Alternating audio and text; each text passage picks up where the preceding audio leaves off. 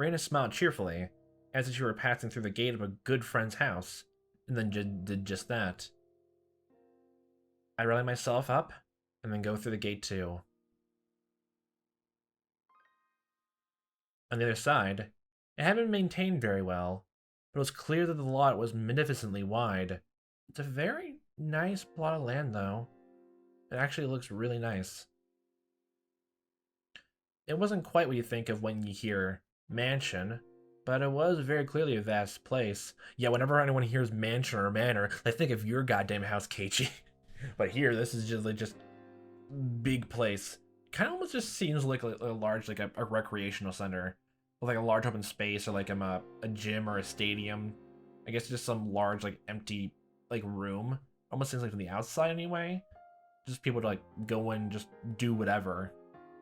That's what it seems like to me. Was it the first time you've been here, Kei-chan? You already know this, yes. Oh, yeah. This house is enormous. Steep thatched roofs aren't in fashion anymore. This place could be a tourist attraction. I want to rebuild it using totally average and boring reinforced concrete soon. Mian dryly smiled as she said that, then closed the gate and relocked the heavy bolt. Oh, you're planning to do heavy reorganization when you get into way much more power. I see how it is. Don't worry about it. Wait, you just say boring concrete? Oh, that's not styling at all. Put some more effort into it. Do exterior decoration. Get an exterior designer. Get some skills. Get some people skilled about it. Like people like decorate a Christmas tree. Decorate your house.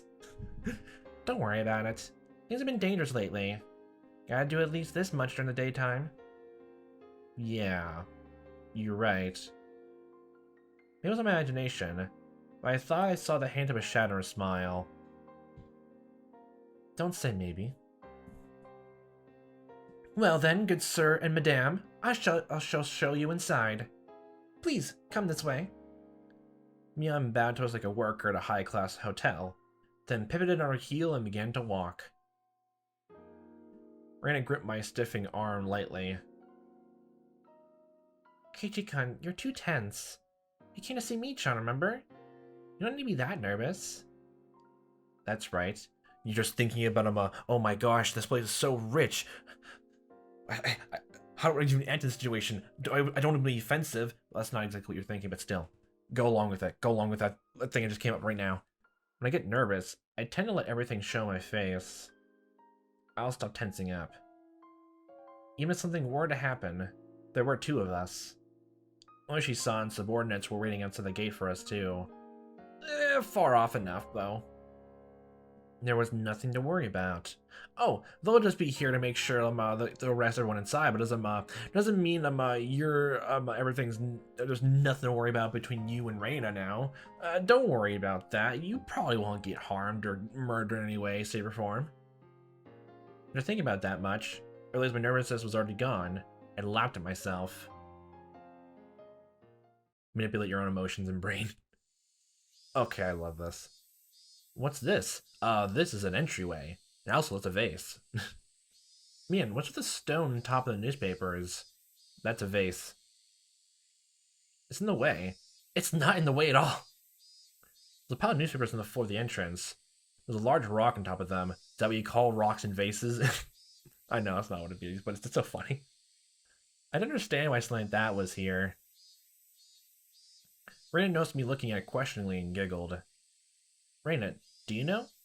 What is this? Some kind of good luck charm? If you don't really know, then feel free to move it out of the way and put your shoes there. What? Keiichi-kun, there's a nest of swallows right above that stone. Huh? Oh, you're right. Swallows? This is for people, but swallows still come in without permission and make nests. Oh, like birds. Okay. Wait, they made a nest on top of a rock? On top of a newspaper? Okay. Must be like tradition for them. Whenever spring comes, they always make a nest there. You're making this house seem too nice. I don't trust any of this. It's kind of annoying, though. Birds are cool. Crows and ravens? Best. I need to start getting birdseed just to, like, make friends with them. It's the sun not take off your shoes here because swallow poop could end up in them. I couldn't help but laugh at the silly contrivance, but there's already sandals right there. There's already sandals right there. Well, okay, that's that person's problem, not ours. I couldn't help but laugh at the silly contrivance. My laughter naturally spread to the other two. A really long time ago, the Sonozuki family apparently cultivated silkworms. Our ancestors would get all worked up over exterminating the swallows. When you think of it that way, maybe this is our just desserts. Anyway, come in. Man, I love this. It's so relaxing looking. The inside of the house wasn't very bright at all. It was dimly lit, in fact, but mysteriously, I could still feel an elegance to the place. Mion seemed to want a more modern building, but traditional houses like this aren't bad either. You're kidding, right? There's a terrible draft and the winters are freezing. Then get a heater. Get one of those heated tables I just keep forgetting the name of. I keep forgetting it. I can't remember what it's called off the top of my head. God damn it. Don't go making my house a property of cultural significance and getting in the way of renovations, got it? Just don't make it concrete. Pure concrete, okay? But I want most of the house like yours, Kei-chan. I'm pretty jealous of it. Seems like it would be warm in the winter. That's when I'll kill you for it. But snowfall seems like it would be a problem. Snowfall's a problem? Does Hinamizawa get that much snow? Our latitude is south of Kanto, isn't it? Isn't this region warm? You don't know, Keiichi-kun? Global warming. Hinamizawa is in the area that gets heavy snowfalls. When we get a lot, everyone gets buried. Sometimes you can't even get out of your house. Snow days, snow days, snow days. Sometimes your car gets totally buried too and you can't even find where it is.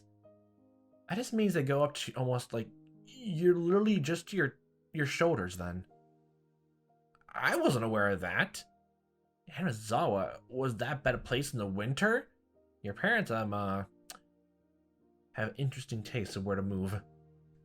Come think of it, my dad, he said something like, this place got plenty of snow, so we could have fun building igloos. Enough to drown and suffocate everyone involved. I see. Still, your front door getting buried? Not being able to find your car? That's just a nightmare and a half waiting to happen. That's true psychological horror right there. That's way too much snow. Well, free water. Remember from geography class, right? The western side of Japan gets cold winds from Asia. We're different from those softies protected by the mountains, nice and warm by the Pacific Ocean. I'm totally okay with being a softie and nice and warm. Same here. Hug stuffed animal. Turtle. I hate the cold. Yes, part and parcel, the snow looks good, but I hate the cold. Why can't it just be proper springtime where I live now? We'll have to have a training camp to get Kei-chan used to the cold this winter then. No way, no way, there's no way that's happening. I hate the cold, and I hate training camps too, and I hate them, and I hate them even more put together. Clicked over that.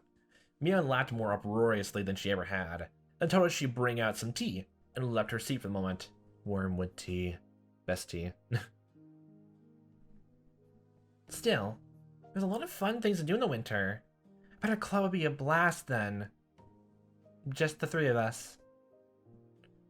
Our club continuing activities for the winter sounds totally horrible. Like swimming in the cold or marching in the snow. Why don't we turn into Mount Redhorn? Yeah, there are definitely a lot of tough punishments games the winter season. You only had 1 year for that though. One time she made us have a Rio Carnival in the schoolyard while snow was falling. I see the terror of our club cared not for the season. The victor would be decided by who would best adapt to the winter-only events. What does that mean if there's a tsunami or just like hurricane or just other freak of nature, just worldwide disaster, earthquakes, tornadoes, then have fun doing activities out there? Okay, I see. We do snowball fights, and shaved ice eating contests, and treasure hunts in the snow. Treasure hunts in the snow? Wait, why is everything outside? Why can't we play tabletop games in a nice, warm room while it's snowing? Whoa, KJ, if you're saying things like that, then you're gonna lose a lot this winter. Oh, we'll have lots of punishment games, and Reina won't lose. Oh. Don't give me that. Oh. I still think it's a cross chop to the head. Okay, yeah. That's payback. You're sure having fun. Our walls aren't very thick, so please be careful not to go flying through any, okay? Okay, the walls are thin. That means we have to be careful what to say. Reina will whisper in each other's ears when she's gone. The paper sliding doors opened, and Mian returned with a pot and a complete tea set. Is this poisoned? Do you want some sesame senbei to go with that? Sunbae, I think, actually. Sorry, we don't have much in the way of bean paste or other good stuff. It's okay. It's okay. We didn't really come here to drink tea anyway. Don't drink the tea at all. Those words, a smile disappeared from Reina's face. Ah, she did it. That one careless statement reminded us of what we had nearly been able to forget. I had wanted to enjoy this peaceful time for a little longer, but we put an end to that with those honestly careless words. When she noticed a smile disappear from Reina's expression, Mian, too, changed hers. Okay, you guys are changing tactics really quickly. It was with the cheerful air. It was like a warm spring day until a moment ago. Had slipped through the cracks in the paper door, and altogether disappeared. There was no point in running it now. We did not come here today to chat and enjoy ourselves. Oh hey. Mian silently poured the tea.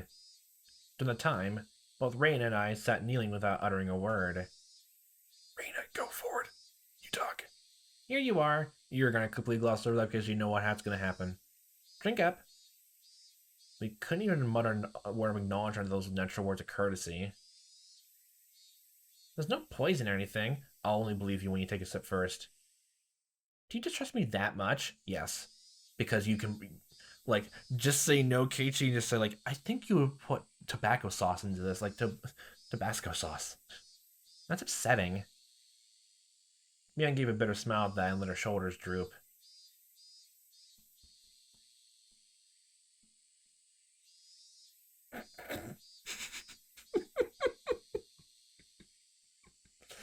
So how's the weather? How's the weather? We all remain silent. They remained silent, hoping that someone else would speak up first. Nudge Reina. That was, however, the one thing we didn't want to do, and so we sat for a long time. At last, Mian smiled scornfully and opened her mouth to speak. Hey now, Kei-chan. Reina. You're the guests. Didn't you come here for something? If you don't speak up first, this old man won't know what to do. We'll just play Sudoku. Reina and I exchanged glances. We'll have resigned ourselves. Reina opened her mouth to speak first, so I stopped her. No, let her do it. She knows her more than you do. Keiichi-kun. It's okay. I need to come here. Let me talk first. Okay. I understand. What would Kei-chan have to tell me? Please give me your daughter's hand in marriage, maybe? No, that's your sister. I ship that still so hard, though. Can't do that. My little Reina and Kei-chan aren't meant for each other. My little Reina and Kei-chan aren't meant for each other, okay? Go wash your face with miso soup and try again later. Afterwards, I thought her mean remarks were Mian's own way of showing consideration. Mian had said those mean things in a totally normal voice, and drained the tension from my shoulders. Mian, first, I have something to apologize for. You do? What for? She pretended that she didn't know what I was talking about, but I clearly got my point across. Well, on the night of Wanton Nagashi, the ritual storehouse behind the shrine, I went in there. All the color drained from the eyes. You could see Mian's expression immediately become harder. I knew it was somewhere I wasn't supposed to go, but it was just supposed to be a little bit of exploration. We didn't mean anything by it. Even so, I still shouldn't have done it. So, I apologize. I'm sorry. Despite my deepest sincerity, I pressed my forehead to the table. I'd meant it as my way of prostrating myself. I figured I wouldn't feel sincere enough if I raised my head right away, so I left it there on the table for a while. Mion didn't say anything. With my face down, I couldn't tell what sort of expression Mion had. Only the voices of the cicadas filled the room. The victim's cries are telling you to leave, get out! Mixed with them, I gave the sound of the clock ticking. That was all. When I started to struggle to breathe from having my head down for so long, Mion told me to stop. You got me there. I didn't expect you to pitch it to me straight. You've got me on the ropes. I wanted to see that Mion's face is calm, but she was smiling faintly. If you understand that even though it was only a casual exploration for you, Kei-chan, that there are a lot of people who think it's no laughing matter, then it's okay. There's an old saying, when in Rome, do as the Romans do.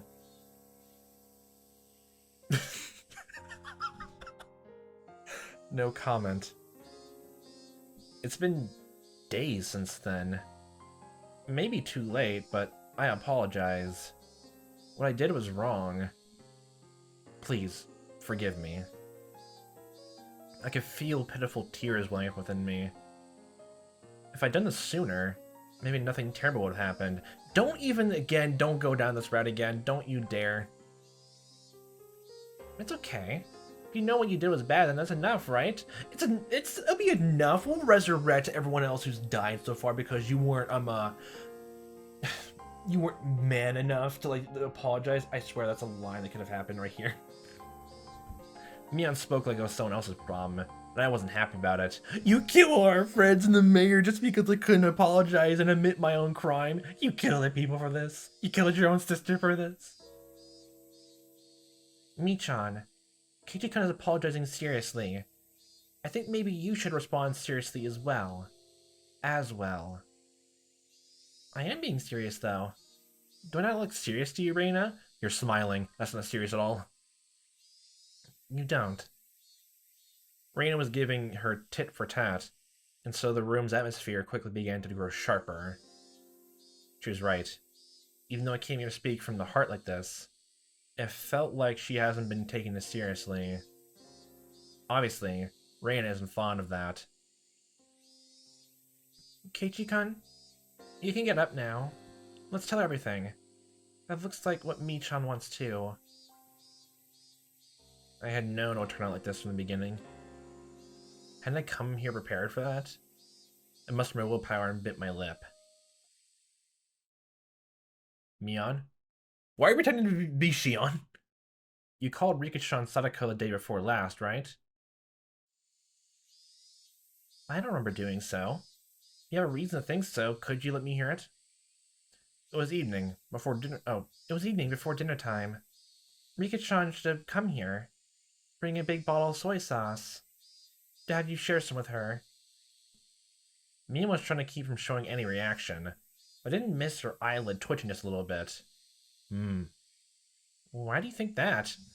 Because she had soy sauce. She needed soy sauce, the food. It's not hard to understand. Michan, you saw it too, didn't you? Rikichan's room. Mion put a finger to her forehead and acted like she was thinking. There was chilled tofu, but no soy sauce. Plus the big bottle of soy sauce that should have been in the sink was nowhere to be found. You didn't hide the evidence well enough. What? Is that why she would have come here?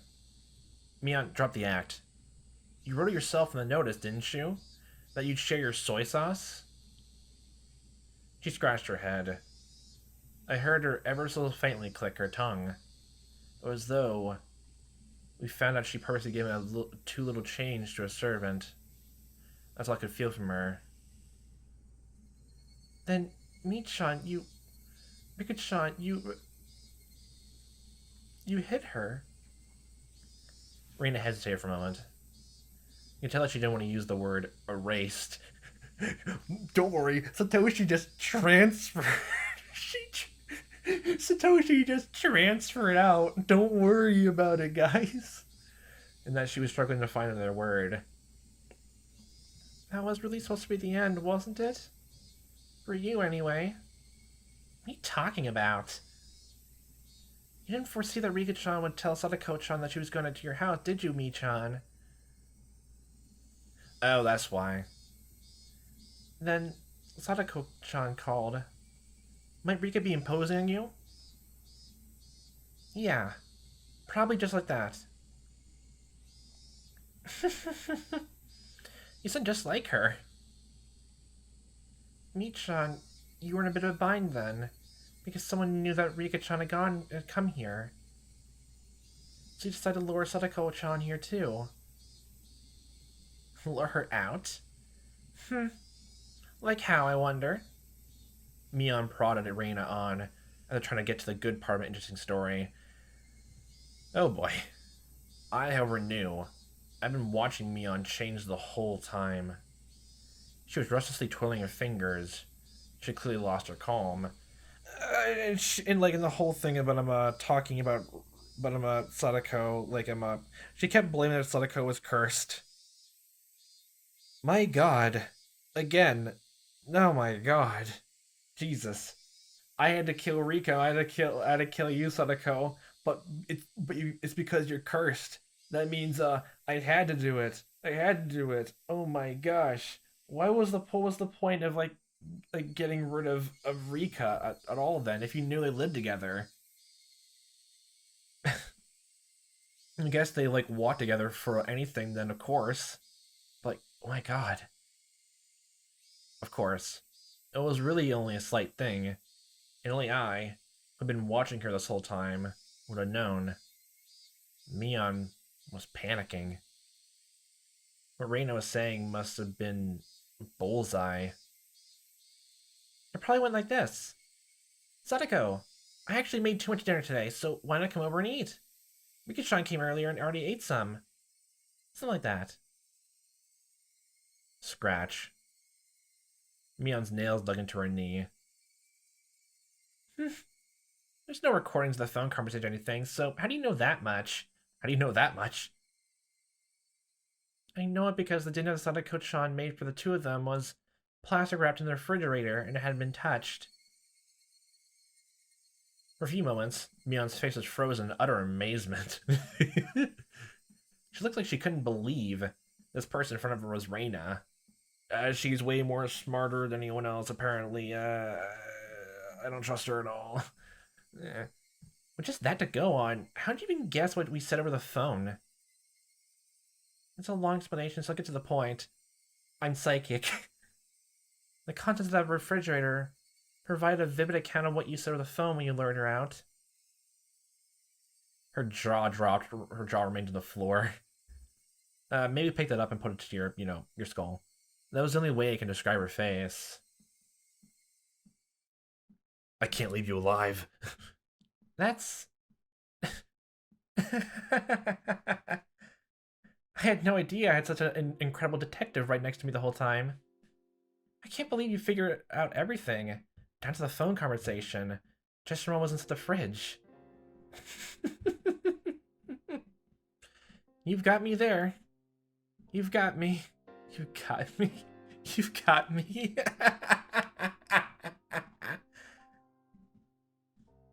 As a damn burst, Mion convulsed into laughter. Her laughter, though, definitely didn't make us want to laugh as well.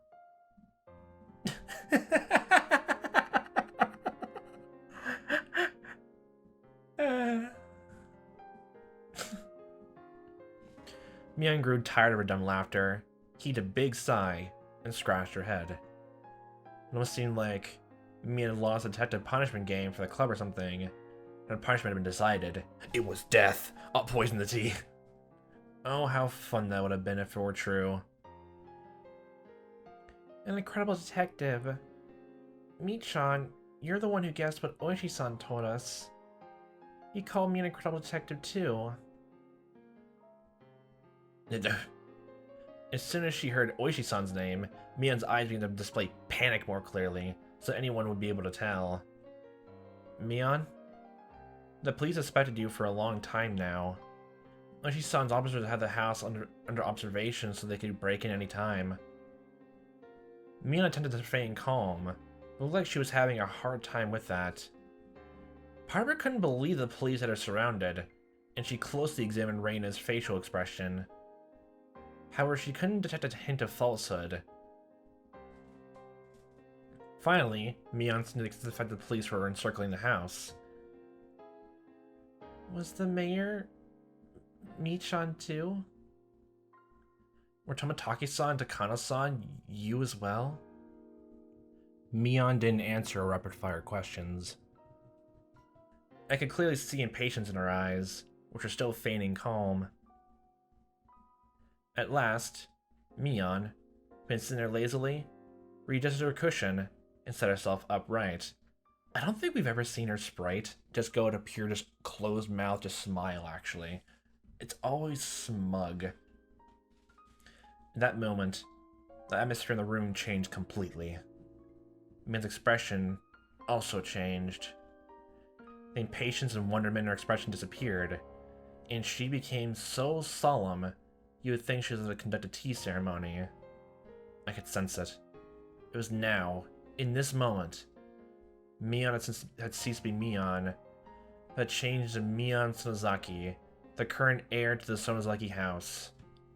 That solemn atmosphere about her was clearly abnormal, and was entirely different from that of the Mion that I knew. Now, I could believe it. Now, I could believe that she was the young leader who commanded the entire Sonozaki clan. Mion quietly placed both her hands on the tatami mat, and gave a beautifully elegant bow, as this really were a tea ceremony, and named herself. We meet for the first time. I am the current heir to the Sonozaki house. My name is Mion. Her movements were so elegant they could cut, and we couldn't even answer her. All Reina and I could do was watch, baffled at her actions, which she could never imagine the normal her doing. I'd like to welcome you to the Sonozaki main house today. I will greet you and all place our leader, Oryo. It seems as though you have various things to ask. In place of her? Is there a rotting dead body somewhere in here? Is someone else went missing? Did she go missing over the night? It seems as though you have various things to ask. If I can be of any assistance, then I'd like to answer, without concealing anything. What? What did Mion just say? Mion said she would answer anything we asked. The strong light of resolve in her eyes. It's really alright if we ask anything, then? I should tell you everything I know. That is why you have come here, after all, isn't it? Ray and I exchanged glances. There was a mountain of things we wanted to ask Mion. However, we hesitated for a moment on what we should ask first. The first question Reina gave was extremely abstract, but it was the question everyone wanted to know right now. Do you have soy sauce? Why would you do this? That was what I wanted to ask her as well. Why? Why would you do this? They didn't only go for Rika-chan Sadako. I'm still just thinking in the back of my head, something bad is gonna happen. This is way too clean resolved. Like, is this chapter literally just like everything's cleanly resolved, but there's still other mysteries like for the rest of the whole other chapters? That's It went for the mayor, Takano-san, and Tomotaki-san as well. Not even further back, for all the incidents that have been occurring every year. For a little while, Mion can respond. Right when we realized the question was too vague and tried to put it into more concrete terms, she finally opened her mouth to speak. Hi. To answer that question will take some time. There's gonna be a lot of exposition, some political intrigue, plot lines, explanations of royalty, bloodline, three families, politics of the Hinamizawa village, a damn construction project, and all that. It's gonna be difficult. We have to write through like 7 straight through novel, just explain everything, you know. If that's acceptable, however, then I would by all means like you to hear it. She spoke clearly. She spoke with a clarity that a grandmother might use when telling a story from a long time ago. Do you know that Hinamizawa village used to be called Onigafuchi village? We're literally going all the way back to just some supernatural stuff. Okay, then. Well, like, I guess all back to I guess the folklore things now, huh? Reina nodded lightly, then shot me a glance asking if I did. Vaguely. I returned her nod. Hinamizawa was once called Onigafuchi village. Yes. I heard all about it that night from Takana-san, the ritual storehouse. They firmly believed that demon blood ran through their veins and cut off all contact with the outside world. They worshipped by those in the villages at the foot of the mountains and treated like transcendents, those capable of magic. If it's worship, like, I guess be forced worship, because like even like some demons, I guess from the folklore tales, just married and just, you know, intermingle with humans. So it was literally just almost how it is modern day, just power struggle stuff and all that. A torture device in there. Both eating flesh and also power play. That's right. Our ancestors in Onigafuchi village were proud transcendents descended from the demons. Like, I'm assuming all the three families, like, you know, take that folklore to heart then? Those in the villages at the foot of the mountains worshipped and honored them. It's still part and part whether it's going to be going firmly into supernatural or just, it's all just purely realistic. Nevertheless, that all decayed with the end of the Tokugawa era. The black ships arrived. The era of the samurai ended. The era of national isolation ended. Oh, was that around World War I or II, I think? It sounds familiar. And the tradition of worshipping Onigafuchi village quickly disappeared. Those things that linger from the past were all to be detested. I mean, if that was around World War II, then that means this all stopped around 40 years ago from this game then. Huh. That I'm getting the dates mixed up. I'm gonna assume I'm getting the dates mixed up because that's how I am so far in this game. That was the kind of era it became. The Meijing era began. The name of Onigafuchi village, with its long history, was forcibly changed to Hinamizawa village. I have heard the Meijing government strongly wished to erase the old customs. The abolition of feudal domains and the establishment of prefectures. An era had begun. And seeing Japan sprinting up the stairs that were beyond their means to try and reach the same level of the rest of the world. All things in the Western style were to be extolled, while all old traditional things would be scorned. That was the sort of era it was. Okay, so now introducing, I guess, like modern versus traditional theming now. Our ancestors in Onigafuchi village were proud transcendents descended from the demons. Onigafuchi village disappeared in a flash, like hammer flash? At last, Japan, provoked by the great European powers colonizing countries in Asia one by one, began a policy to increase its wealth and military powers so that it could stand as a global power in its own right. You know, I was joking before about just long, like, winded exposition about the whole town, all of that, but no, we are getting that then. Okay, alrighty then. You're doing this big backstory thing before you reveal about why'd you kill everyone, or order people to kill them for you. Why the hell did you kill your own sister? Which, oh yeah, don't think I did not notice that, Keiichi. You basically outlined everyone else to be, you know, to be shown that they're dead or gone, but you left out Shion. Do you hate her that much? Is that what it is? I see the prejudice now. Conscription began, and they won war after war. The first Sino-Japanese War, and the Russo-Japanese War, until the Pacific War broke out. Yeah, none of these ring any bells in terms of my very vague history lessons, so yeah, learning things. They recklessly climbed the staircase towards modernization. At the time, Onigafuchi village had already lost its impenetrability. The villagers, once worshipped as transcendents, were now in the receiving end of inhuman treatment.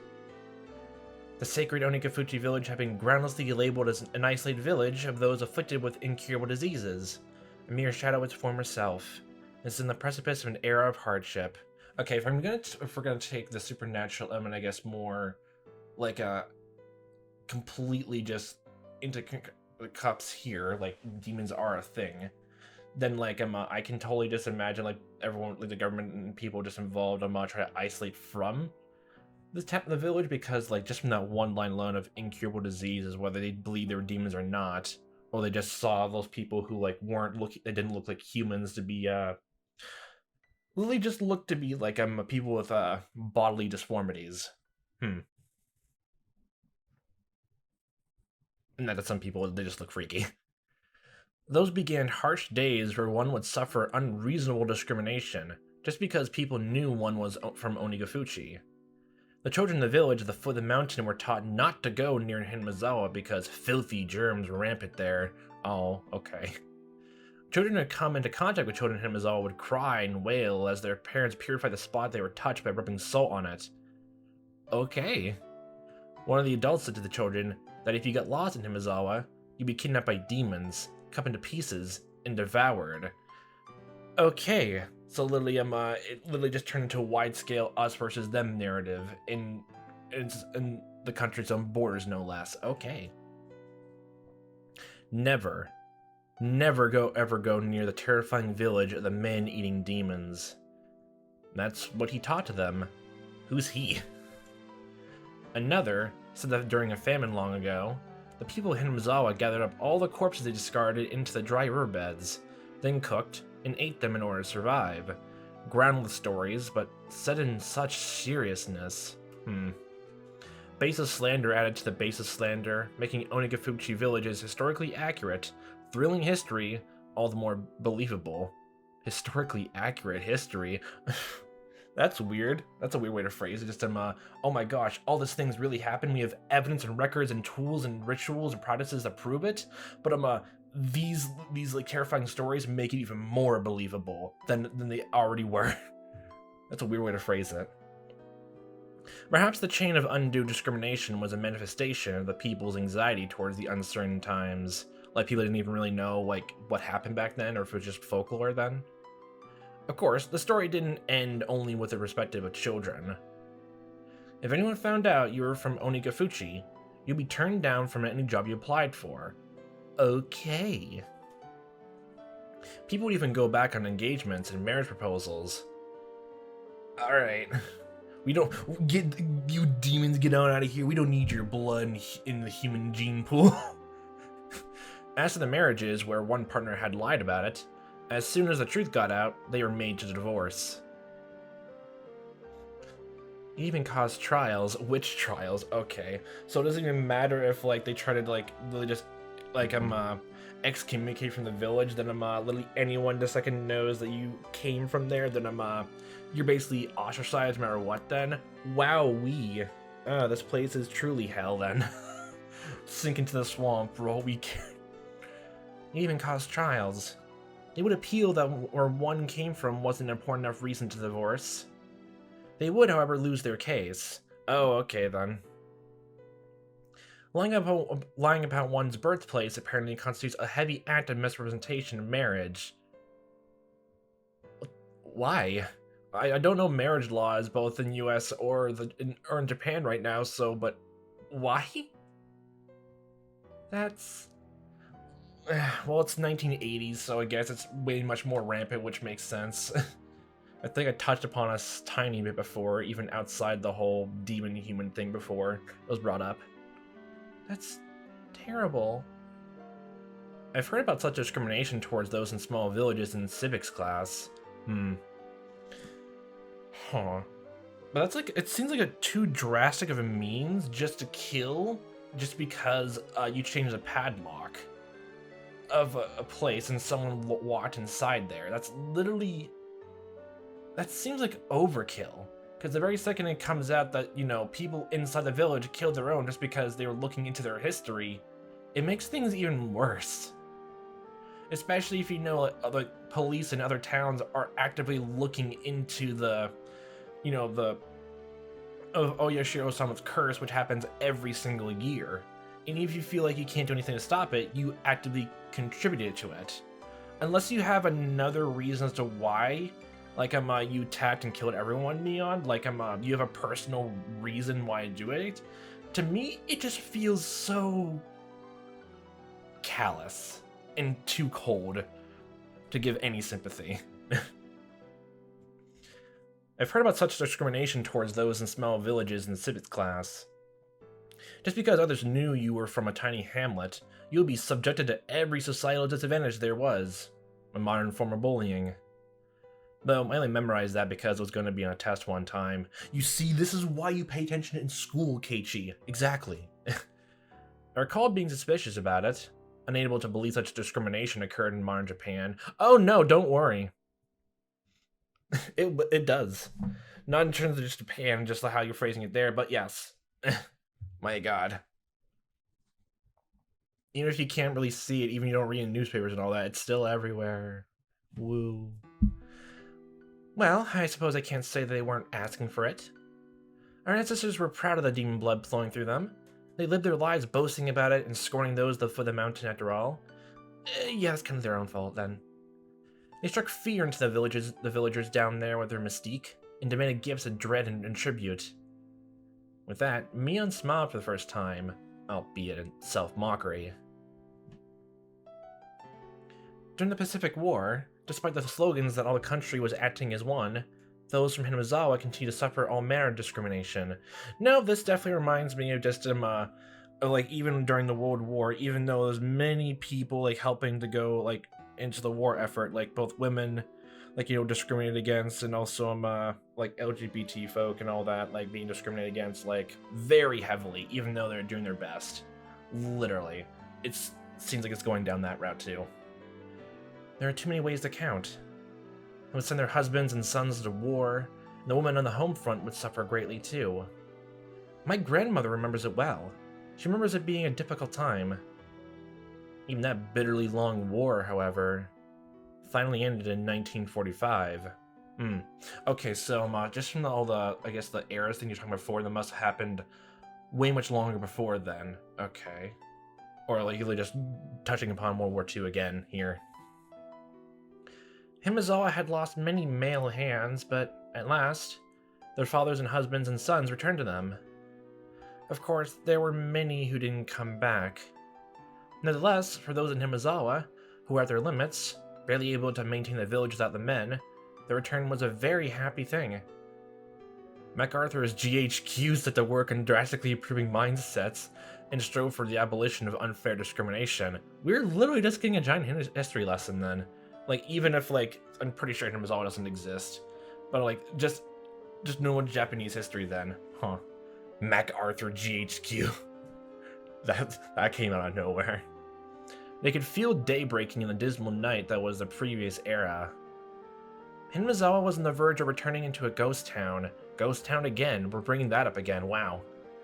Those in the village started to say that they should rebuild it once again, and got to work, trying to make the village even a little more plentiful. During that time, someone appeared who built up a fortune through a vast number of dealings in the black market. Huh. That was Mion's grandfather. Nice, gambling the black market. Sell those organs, sell those narcotic drugs, sell that meth. The husband of the elderly current family leader, Sohei Sonozaki. Sohei said that he managed food warehouses in Harbin after being dispatched to the Chinese mainland. When it was time to pull out, he conspired with his superiors and comrades and stole a great deal of the army's canned goods. Oh. He hid them somewhere in the Saito Inland Sea, and sold them widely at a high price in the black market, thus earning a fortune. Oh, okay then. So he didn't spend the fortune for his own pleasure either. He entrusted the entire amount to his wife, the head of Sonozaki House. Oh, to Oria, or is that, Let's revive this ruined village. All who live here are a family. This fortune is our collective property. So proclaimed to my grandmother, the current head of the family. That vast fortune was a huge reason why Hinamizawa was revitalized after the war. I see. With that, Hinamizawa came back to life, and that's how the Sonozaki family had established its current prosperity. Of course, there were many people who begrudged the money coming from the black market, but the villagers no longer minded it. They succeeded at one business venture after another. Those who had succeeded freely supported those who followed them. The giant family of Hinamizawa, tied together with strong bonds, kept on expanding its influence. We stole some food, to sell it, to make more food, and feed the village. The Sonozaki family, the center of everything, would be extolled for a long time as the minds behind Hinamizawa's revitalization. The person in the middle of it all was your Nana, Michan? Also, this came to mind now. Like, it didn't come into another time, but like, it feels a tiny bit weird that I'm, well, I guess it makes sense, but like, I was expecting there being more people here. Well, besides, you know, Mion and Oria in the house, or they're hiding in the shadows. Plus, all this seems very, like, that's the feeling. It's almost anticlimactic. And of course, like, it feels like she's gonna explain exactly why she did all this. Like, first with this, I'm explaining, I guess, I feel like she's going to go into, like, the reason she killed everyone is because because they just all of us just went into the storehouse and then almost try to leak it out to the whole public. Like, it definitely seems like that was Akano's way anyway. We're researching it anyway for her own personal, you know, satisfaction. She just liked scary stories and like morbid tales and all that. That's probably why she killed them. But then going down the list to even, it just feels, too far. I couldn't, like, that even explains why, like, if it seems like so far that Tomitake and Takano are gonna die, at least at the, like, you know, like, shortly after the festival, each, you know, iteration or chapter, like, going forward, going to, like, you know, I guess the head of, like, you know, Sadako's, like, you know, chapter, like, you know, her face in the next chapter as well, and Rika's next. The person in the center of it all was your Nana, Michan? That's amazing. What a great success! Mion looked like she was honestly happy Reina had praised her. Shame. However, around 1955, the wind started blowing the other direction again, because of the canned flesh incident. Oh yeah, Shion, like, well, Takano brought that up, and like, Shion's like, stare dagger, don't bring it up, no. So about you, so your grandfather stole canned food, and now someone packaged flesh to mail out to the people? Nice. Cannibalism. Soylent Green. Nice. Canned flesh. Sounds so hideous. Just hearing it made me nauseous. Someone naming himself as my grandfather, Sohei Sonozaki's superior, confessed. Those canned goods had been human flesh. Oh. Wait, are you saying, like, the stolen goods, like, they literally stole from, you know, the army when they were in China, literally was just flesh? Then that's... Well, I guess it expands on the whole cannibalism aspect of Hinamizawa, then, the way people think that, but then, wouldn't that mean it came from China, then? Or is this literally just another incident after the World War II, then? Oh my. They were just about to wipe away that cursed stigma. The light they had finally started to see in their peaceful lives grew hazy and disappeared. The shocking truth, as revealed by his former superior, the stolen provisions from the old Japanese army had been a huge cornerstone for Hinamizawa's revival. Oh, it's for the Japanese army, okay. Had been canned human flesh. So wait, are you saying was that food stolen, or was that did they say they stole those cans from the army and instead, you know, kill people and just, you know, package flesh inside to make it look like actual food? Which is it? Why were there cans like that? Wasn't Sohei just the manager of food warehouses?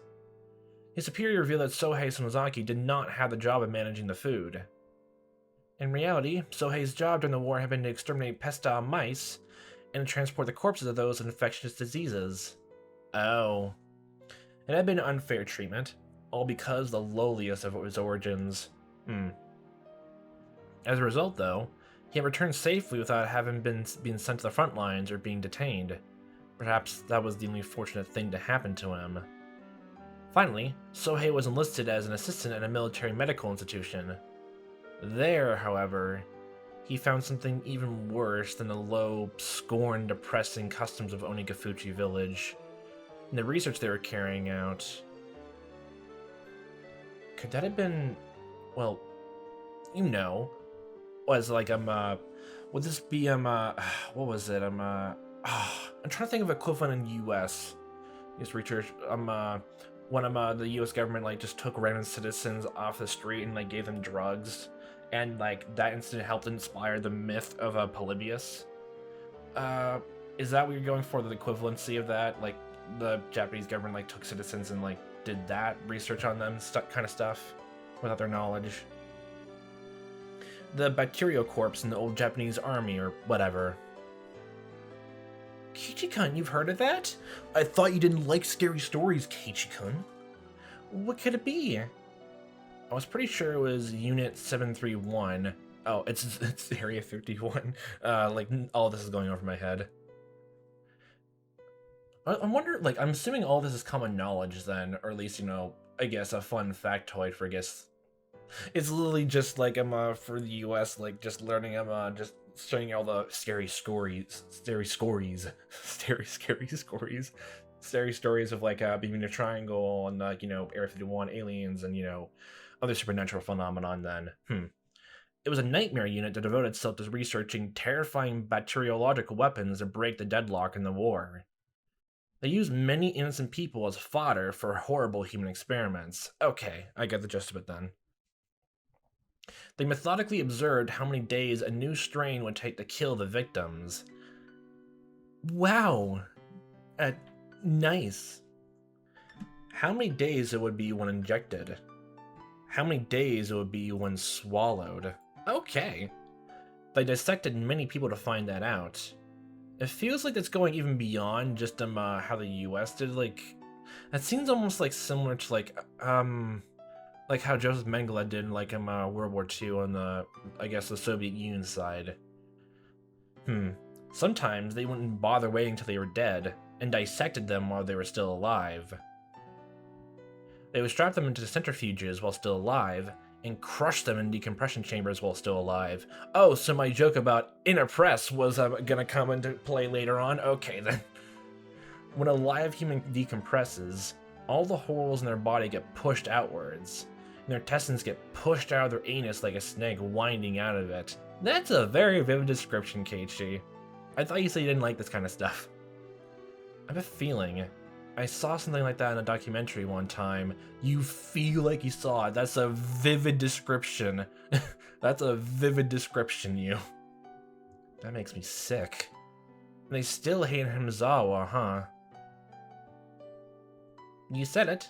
It's probably just basically just the fact that I'm, Wait, did he steal, like, oh my god, did the people there just, like, put canned flesh in there, and then just Sohei just stole that, but then decided to blame all of it onto Hinamizawa and him? Wow, that's pure hatred and discrimination. Wow, nice. Mia agreed with me, giving a faint, sad smile. It wasn't much in the way of communication, but for some reason, I was happy to have it right now. The unit Sohei was in did way kinder research than that. They were researching concrete methods for reducing the difficulty of delivering food on the battlefield. Oh. The military's design at the start of the war completely fell apart, and a chronic food shortage broke out all over the battlefront. The food shortage led to malnutrition, and as their natural resistance is lowered, the soldiers fell to one disease after another. Spirit and morale lowered as well. They wouldn't be able to maintain their force at this rate. Apparently, that's where the research started. Yeah, let's just prime and fatten the, the unworthy soldiers up, kill them, and then pack the most nutritional parts of their body into cans and ship them out. Nice. Nice. At first, it was to find methods of delivering food at battlefronts and nothing more. It was very broad, and included things from violent methods like stealing it from citizens to survival methods like how to cook unfamiliar insects in plant life. As they were working on the details, they kept straying off course and going out of control, until finally they knocked down a door called Taboo. Welcome to Taboo. Knock before you enter, or just sledgehammer it down and walk in, waltz on in. What do you think the easy source of protein on a battlefield is? Dirt. Reina and I knew the answer without being told, so we didn't answer. Well, like, who would they even grab that to?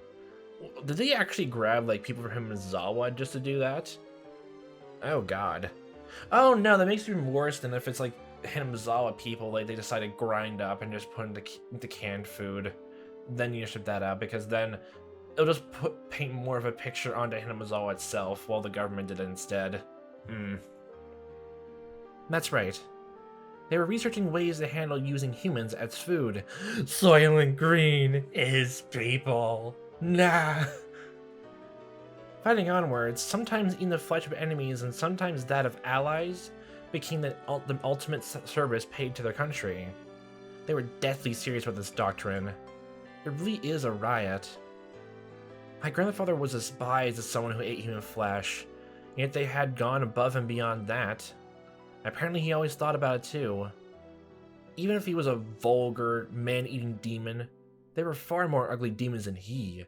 Are you going with the whole thing of, like, you're slowly going toward, the true monster is humanity, there is all that. I think that's what, like, the thing that Guillermo del Toro is doing in his own work, those movies. It's kind of entertaining, though. So no matter how much he was scorned, he wouldn't put up with it.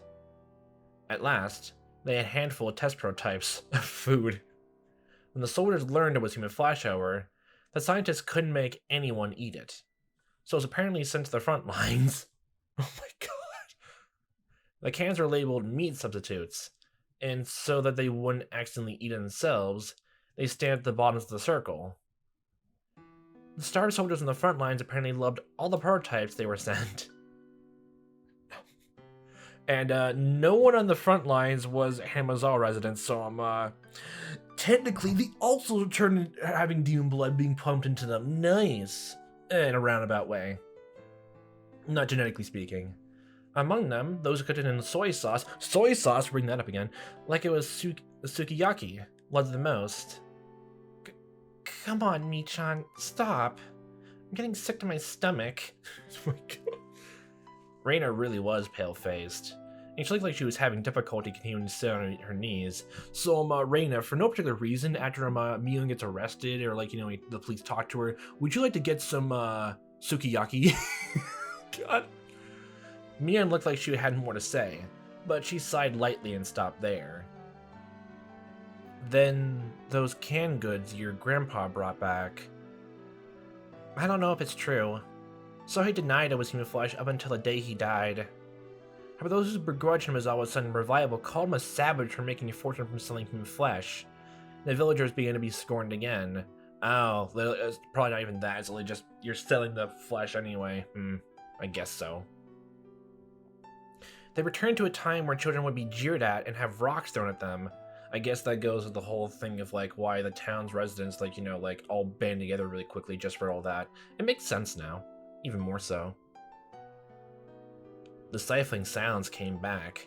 Does that mean that Keiichi, like, even though, like, he didn't grow up in it, but, like, he definitely, like, was moved here and all that, would people then start discriminating against him now?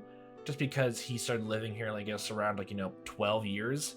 Then he moved out. Would people discriminate against him, or is it really just people who, were born and raised here, like every other character here? Well, I guess if everyone, if the whole thing of, like, just being in contact was just enough, then yeah. The stifling sounds came back. What a seriously hopeless and sad story it was. They discriminated, were discriminated against, discriminated, and were discriminated against. Why must they attach worth and rank to it? Why can't they live without looking down on people? It's the world.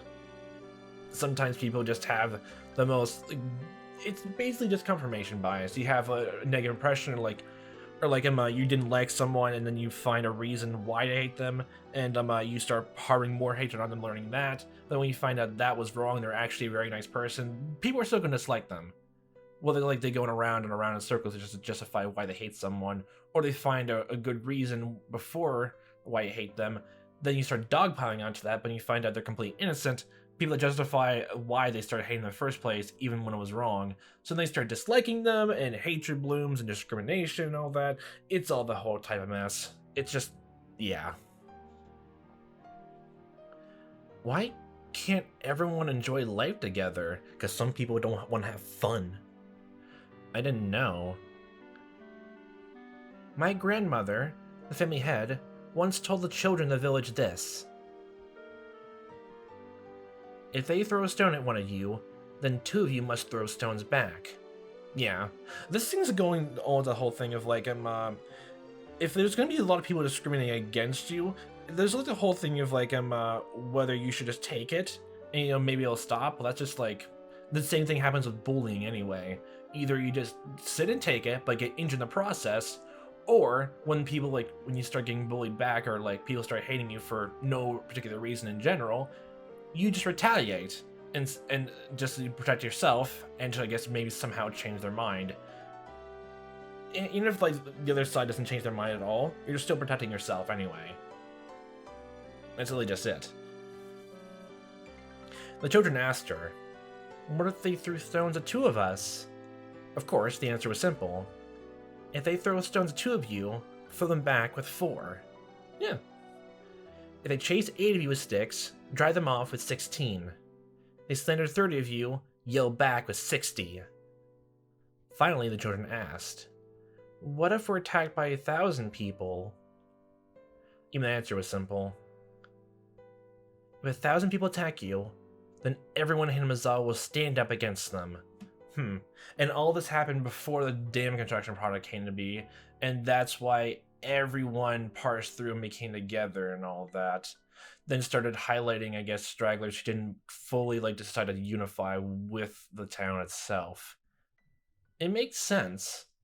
But then now it's going to go back to the whole world discriminates against the small town. Then small people who don't entirely believe with the village then start having doubts or start voicing their opinions. Then the whole village starts hating the people who live in the village, and then we're back to just discrimination from all different fronts. Discrimination from the outside, then discrimination from the inside. It was a manifesto to spur people into action. My grandmother rose up not only as the leader of the Sonozaki house, but as the mother of Hinamizawa. It was halfway through 1955. It was a time when riots over the treaty with the US were rampant, a time of battle and action. The people of Hinamizawa joined together and fought, treating unfair discrimination towards one as a crime against them all. It didn't matter whether that one was a child or an adult. If they heard that child had been told off, then everyone would crowd the house of the perpetrator, acting as a whole. If they heard an adult had been treated unfairly, men and women, young and old, would all band together and stand up against it. Okay, this is actually extremely interesting. I'm loving this. This is really interesting. If you meddled with people from Hinamizawa, you would be in trouble. They probably figured that out if they can make others think that, they'd win. But I'm still wondering how this all tracks to why you killed these people, including your own sister. Literally just so. There's no, it's, oh my god, it's literally just not, it's not because of personal, opinion. It's literally just, yeah, just politics, like I thought it was. Like I started thinking it was. My god. Every time one of those kind of things come up in my head, my whether in some large scale stories and all that, I just lose all complete sympathy. Literally. That's just how my brain works anyway. The whole thing of for the greater good kind of means nothing if you don't see anything, at least right now. Just it's not for me. I'm not gonna be the one doing that. Keiichi, do you remember how many people came to help you when you got involved with those delinquents in town? I recalled how much of an impression had left on me. That the people of Hinamizawa boldly came to my rescue. Yet the people of Okinomiya averted their eyes so they wouldn't get involved. Yeah, I was like, what was it? If it really just goes down to you want to do do it for the greater good, but at the same time you're gonna go and turn your back or really just kill, harm, or yeah, just really just harm people nearby or close to you, I just have a problem with that. If it's anything else, then it's fine. But literally just that. Oh my god. Slight annoyance. My grandmother fought, and my parents carried on the fight. At last, peace returned to Hinamizawa. Of course, that peace had been placed on a razor's edge. When you consider the previous 100 years of history, the tranquility now can only be called a chance interval, standing on uneven scales. Why? Could I really have an opinion on such a long and difficult history when I hadn't moved here more than a year ago? When you hadn't moved here a year ago? I thought you moved here like a few months ago. Like 2 months. What? I'm getting so confused on when exactly you moved here, Keiichi. Oh my god. Yeah, I said anyway. Why can't everyone just live in peace? That's naive. That's just naive thinking. What happened to those old stories of Oyashiro-sama that I heard from Takano-san? Like, even hearing all this, I bet there's like several nuances which I'm not gleaning from it, and probably definitely the things I'm saying right now won't line up really nicely if I didn't catch up those nuances. So, it's almost like I guess it'd just be also perceived as naive then. Like just learning more and more about it until you have a more complicated, I guess, a broader understanding of what's happening and try to make opinions on that. And even then people may go into action, like, say their opinions with limited information. Why can't everyone just live in peace? What happened to those old stories of Oyashiro-sama that I heard from Takano-san? Man and demon joined hands and lived together in harmony. Didn't Oyashiro-sama remain in this world to watch over that? You're gonna go into, I guess, religious avenues then. But, like, it definitely seems to be, like, I'm, at least here that if demons are actual, like, real thing, then humans basically just, outnumber demons, like, I'm assuming 100 or more so to 1. I'm just gonna have that idea in my head.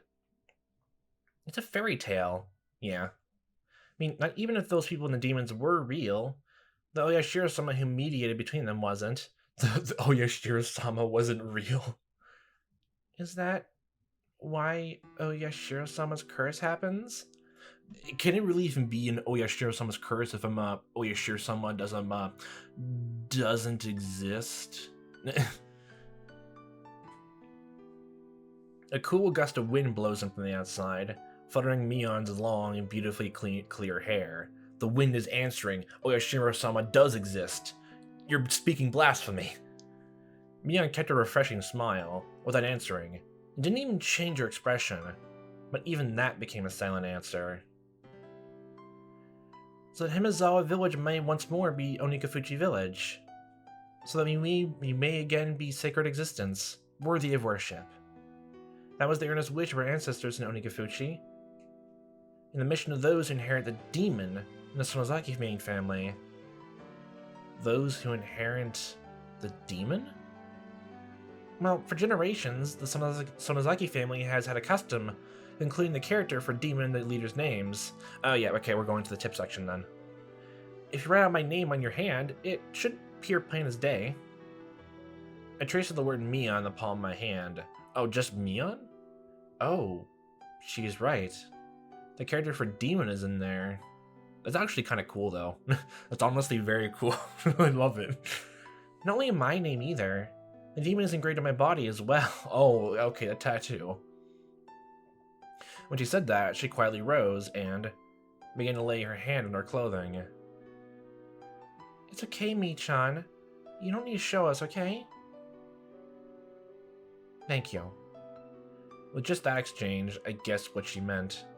Most likely, somewhere on her body, her back, there was a permanent seal, such as a tattoo or marking, that proved that she inherited a demon. Or do all the all the kids in the family like get a tattoo at a young age then? If you're not even like you're just a preteen, so how old did you get? Were you like a toddler or something, or like 6 or something when you got the tattoo? Okay then. Mion didn't sit back down. She smoothly opened the paper door onto the porch. A refreshing breeze began to cleanse the damp air filling the room. Mion quietly gazed out the wide yard for quite a while. On her shoulders was something I could never imagine the normal Mion carrying. It was the heavy, truly heavy history of Hinamizawa. No, of Onikafuchi weighing down on them. What kind of words could I possibly say to a Mion like that? To a Mion? Reina wasn't saying anything to her either. Is that the whole reason why, I guess, like, Keiichi started, like... Oh, is that really just how Chapter 1 goes of, like... Well, that's just a theory, because like, the other chapters are probably going to recontextualize him more, but still. Just the second Keiichi just started asking questions about it, he gets threatened for it. This is literally just your same way of dealing with that issue then too? Okay. That's why he died. Okay. Reina wasn't saying anything to her either. Only the voices of the cicadas drowned out the silence. At last, after a long period of nothing, Mion murmured. The serial incidents happening over the past 5 years? I don't know anything about them. I was directly related to some of them, and indirectly to others. Some were not the Sonozaki family, but were rather related to the others, the Kimiyoshi family and the Furude family. I think I was the center of all of them. You were at the complete center. She said it all without turning around, with her back to us. So Lily just explained the entirety of the curse? Well, I guess just from all this, there's still some questions not to be answered, we can't answer right now. Or they just raise the question then. Lily just for example, what was Rika's plan then? To, like, I guess, protect, Keiichi and Shion, but before we realize, she's gone. At some point, her tone of voice had gone back to being the Mion we knew. I have faith in what I've done. I don't feel any guilt. If I did, perhaps it would be best that I would have to leave the stage behind, the heir has decided. If I am caught and tried in a court of law, I suppose that's how it works nowadays. Being able to retire with Hinamizawa, the most peaceful it's been in 100 years, could be the happiest thing that's ever happened to any of the Sonozaki leaders of past generations. Mion leaned a shoulder against the paper door, then slid down it and flopped on the ground. It was an act of such resignation that just seeing it made me hurt inside. No, part of me still doesn't, because you killed your own friends for this. And, like, just in the sound of it, it's not even, like, a whole thing of, like, you killed, like, a friend because you thought they were gonna do something bad. Not even that type of thing. You just killed them just because, oh, my family's honor and legacy did it, like, was all for it. It's for the sake of the village. It's for the greater good. This is literally just, oh god, I already brought my example before. I'm already getting a bit annoyed now. Less so when I first experienced that, I guess, mentality, god damn it. It still annoys me. The numerous terrible crimes Mion had been a part of suddenly began to fade from my mind.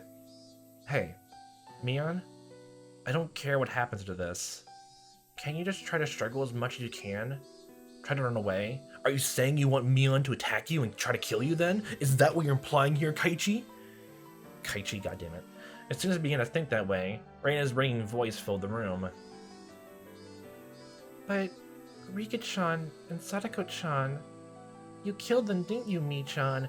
Thank you. Thank you, Reina. Thank you.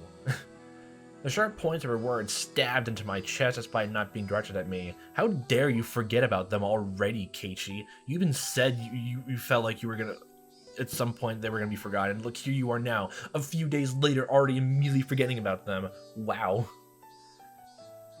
I'm not saying that's okay if you kill other people. Regardless, Mi-chan. You killed Rika-chan and Sadako-chan. Reina's words were more biting than any I've ever heard. Even now, that we knew all the heavy history pressing down on Mion's shoulders, she'd criticize her for killing her friends. Yeah, especially from just the context we got, it's not even like like justified self-defense or anything like that. Or at least, all that sort of thing. It's just not that. Just as I bear the duty of the Sonozaki family, Rika-chan bore the duty of the Furude family. So you called Rika to then be killed so you can get rid of the Furude family indefinitely then. That's the duty then. That's the duty. That's the legacy, okay. That duty was protect the ritual storehouse. My chest tightened. Wow. Wait, then why kill the mayor then? What was his duty then? I learned around last year that Rika-chan had something about it. The bars in the storehouse door were too heavy for her, and she wanted to change them to a simpler lock and key. So, literally, you heard about this, and unless you like had reservations, like told this to Rika, did you literally just kill her without even even saying, "Oh, don't worry, don't change the bars and all that. It's your duty. Keep the bars as is. Don't change the lock and key." Did you just kill her just because she changed that? Then Tomotaki Takano broke in, and that was that for you? You didn't even bother trying talking to her? And if you did, like, right before when you called her out to your own house to kill her, then, oh my lord. You did it after it already happened. Even the priest before her complained about being heavy. He was very aware of how hard it was for Rika-chan. I will make sure to guard it, so I want to replace the lock with some things lighter. I reply on the behalf of the Sonozaki family leader. Ever since the string of freak death incidents, there seem to be people who are insolent towards Oyashiro-sama, so you shouldn't replace the lock with a simpler one. That said, the leader of the Kimiyoshi family, Old Man Kimiyoshi, he... If it's that difficult for you, Rika-chan, I think it's okay to replace the lock, he said. The very fact that it was locked with a key was an indication of it being somewhere you mustn't enter. There's nobody bad enough to break through and go inside, he said. So you decide to kill the person who changed the security but still make it have lighter security. And so the people broke in. Okay. And this isn't even a thing of killing a dissenter or anything like that, like how it was here. You killed the majority, like the majority vote, I'm assuming, just from like the three families thing. You killed the majority vote here too. Oh my god. And this is not even a case of like the minority, being in the minority vote being in the right. This is literally just, this seems like so petty. My god. Even if we are like his leaders, I couldn't find an enemy to argue with Old Man Kimiyoshi, since I owed him so much. You owed him so much, and I killed him for the security measure. In the end, we decided to change the lock in the storehouse, and switched it to a really cheap and light padlock. Old man. Is this really alright? Nana says that if possible, we should keep the lock the same. It'll be alright. You're quite the worrywart. If something happens, this old man will take care of all the responsibility. Oh my god. Do you promise? You mean that you will take responsibility as a leader of the Kimiyoshi family, right? You should be well aware of how sacred the things inside really are. It's okay. There aren't any bad cats in Hinamizawa who would open the lock and break in. Meow meow. Who are the bad the bad dogs actually then? Oh. Sobs escaped from my mouth.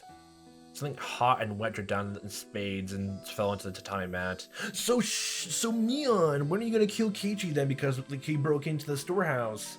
It doesn't even matter that I mean, if Rika, apologized for it, but, even then, before you killed her, does that mean, anything Katie says here won't even change your mind then? Okay.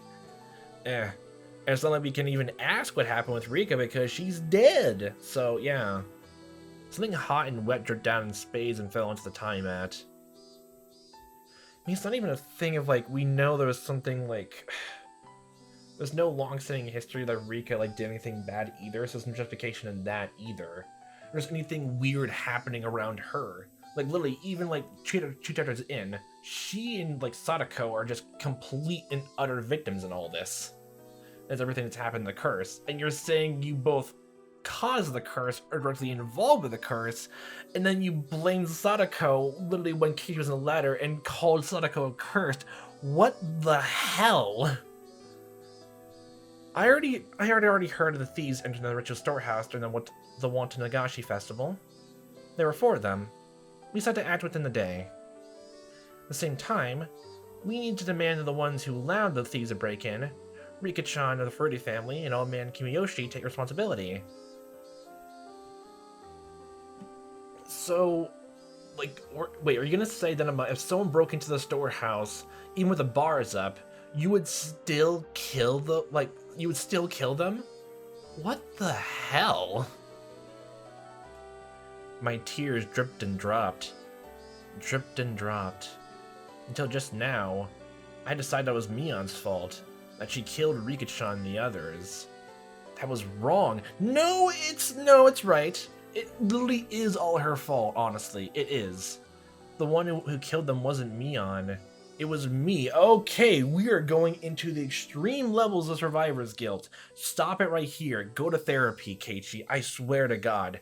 The next time, God, they're hammering this detail home. I might as well have killed them. Keiichi-kun, I had a chance to stop this tragedy from happening, and yet I didn't. Cheap curiosity got the better of me, and I didn't. If at the time I had stopped us from sneaking to the ritual storehouse, Rika-chan and the others wouldn't have to die. If I had, then nothing would have happened. We would be spending our days, having lots of fun like we always did. I was an idiot! If by shedding tears, I could take it all back, then I would have filled up the room with them. Nah. I already went over this. At least you have regrets for it. Like, at least you have a regret and a kind of a reason for all this, but like, repentance and all that. However, such a meager act wouldn't be enough to redeem myself for the crime I've committed. Kei-chan, you're not at fault.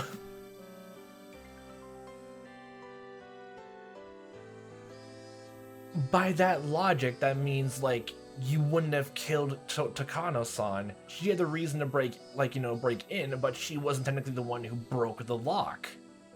And you wouldn't have exactly the same reason to kill or, attack Shion or, masquerade as her this whole time then, because, she was just tagging along, same as Kei-chan was. What do you mean it's not his fault by your logic?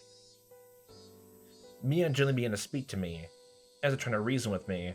Was it just because, he apologized and that's all it is in the world, that's all it is? Does that mean, literally, Rika and the mayor all had to say that and that was it? You wouldn't have killed them? How? Oh my God. It's probably just all, so foreign to me just because, yeah, I'm not in politics, but still,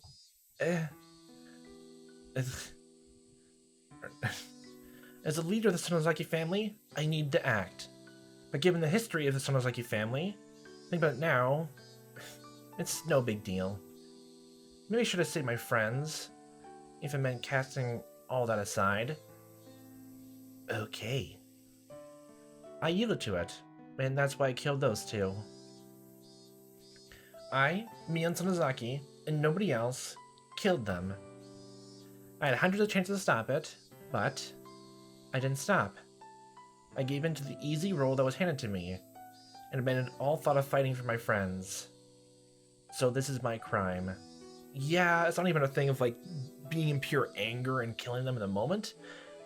You physically called them over, so yeah. I killed them. Mion Sonozaki. With these hands, I can control the fate of millions. Reference. Killed them, and nothing whatsoever changed. Nothing. Her masochistic laughter was sad. Especially because Mion boasted in club that she would turn the tables into whatever predicaments presented themselves. It was so painful. Still, Mi-chan, you saved one person of your own volition. Saved. I swear to God, if you bring up Keiichi, that's not even saved, that just means you just decide to stop. As looked at her in surprise, Rina stuck her finger right in my forehead. Don't point at me. You left Keiichi-kun alive. Oh my God. As strong as you are, Mi-chan, it would have been no trouble for you, but you didn't kill him. That's right. Mia was so kind that nobody could stand up to her. Even her club. If she had seriously tried to kill me, I would have been dealt with in the very first night. So many people have been sacrificed, but I was always left out in the cold. When did I first realize it? I think when quote-unquote Shion brought it up in phone calls. Even though people were disappearing one after the other, for some reason, I had this vague belief that only I would be left alive. Why didn't I kill him? As a demon, I can't even begin to guess. You don't even bring that up again. Maybe Mion had some reason she didn't want to kill you. 'Cause crush? Okay. What is that supposed to mean? Mion put a finger to her lips to say that Reina didn't need to talk. Is Oishi waiting outside? You're not answering either questions. What happened to Shion-yu? Yes. Any way out? No. They said they had the place surrounded. It seemed like they called a lot of cars over the radio.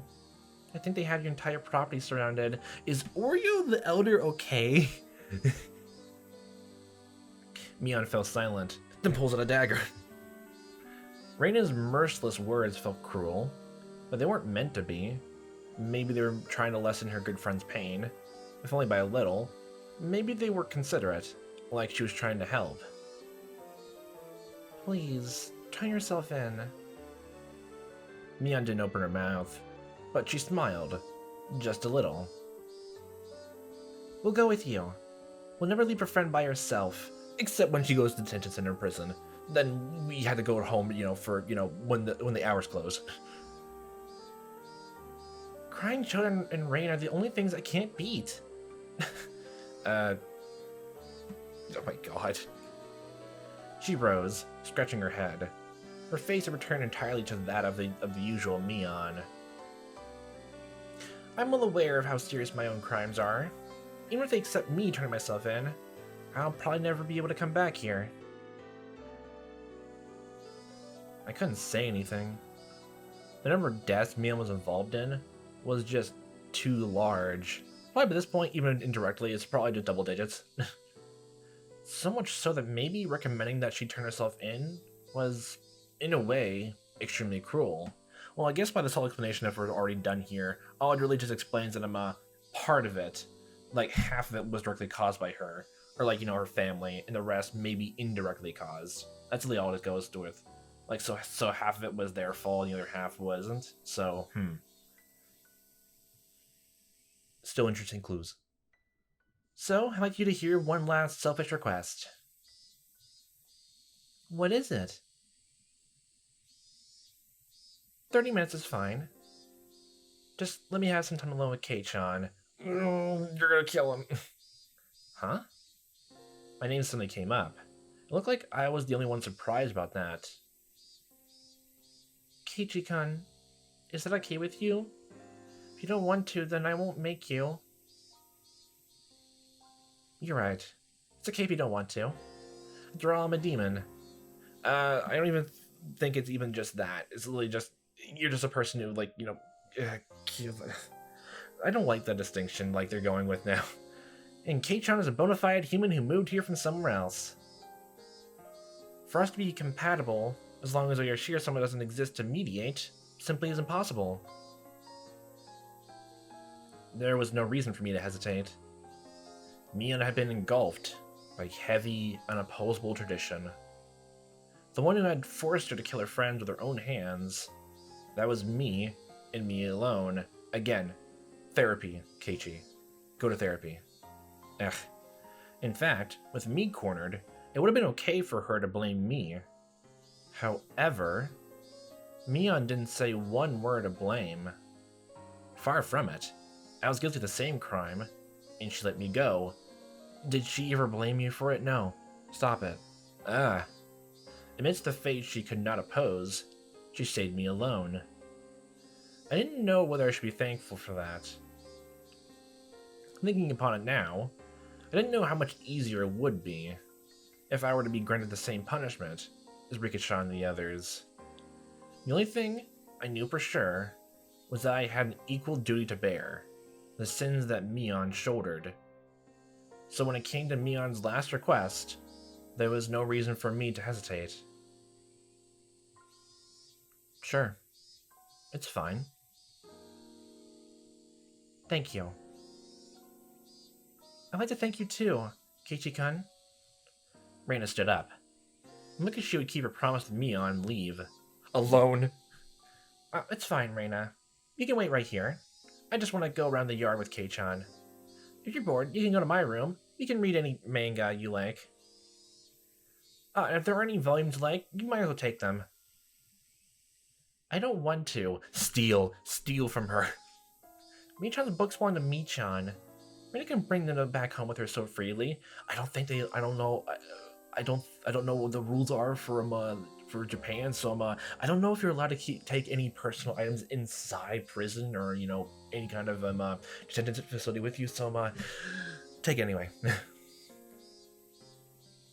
You're such a good kid. Only at times like this. So why change tune to this other side with a goddamn syringe? Okay. Mion took Reina's head and rubbed it violently like I always did. Okay, let's go, Kei-chan. Okay, they're now bringing the whole fact of the whole thing with them, Rika and all that. Oh, they're putting that in now more. Okay, they're putting that in. Head pats in the very beginning, they're putting that in and man, I'm still stubborn about it. I will still think that Rika's gonna die. I'm still gonna think that, and I'm still think it's gonna be her that dies, but they're putting a lot of emphasis now on all of that now. Yeah. Okay, let's go, Kei-chan. I began to walk after Mion. We headed for the hallway, when Reina silently stopped me. Take care of Michan. Yeah. Michan really does believe she won't ever be able to come back. I didn't know much about laws, but with as many deaths as she'd been involved in, the chances of her escaping a heavy punishment seemed non-existent. Watch out that she doesn't do anything rash, okay?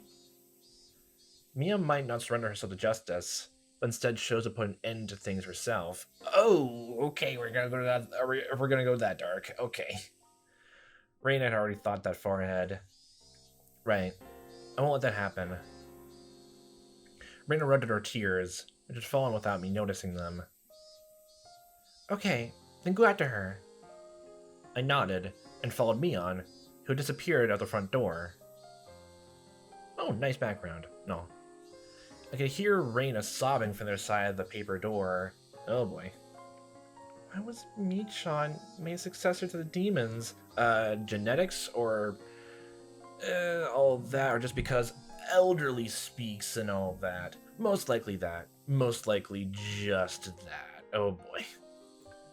Maybe it just had to happen that way. But it's just so awful. Yeah, honestly. They're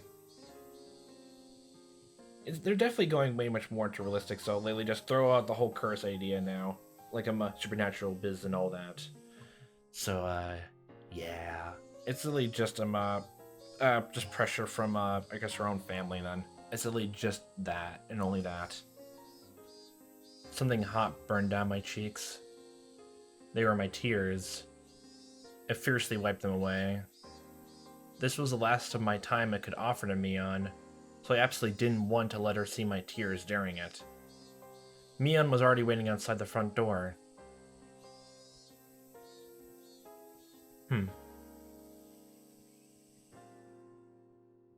One final conversation then, huh?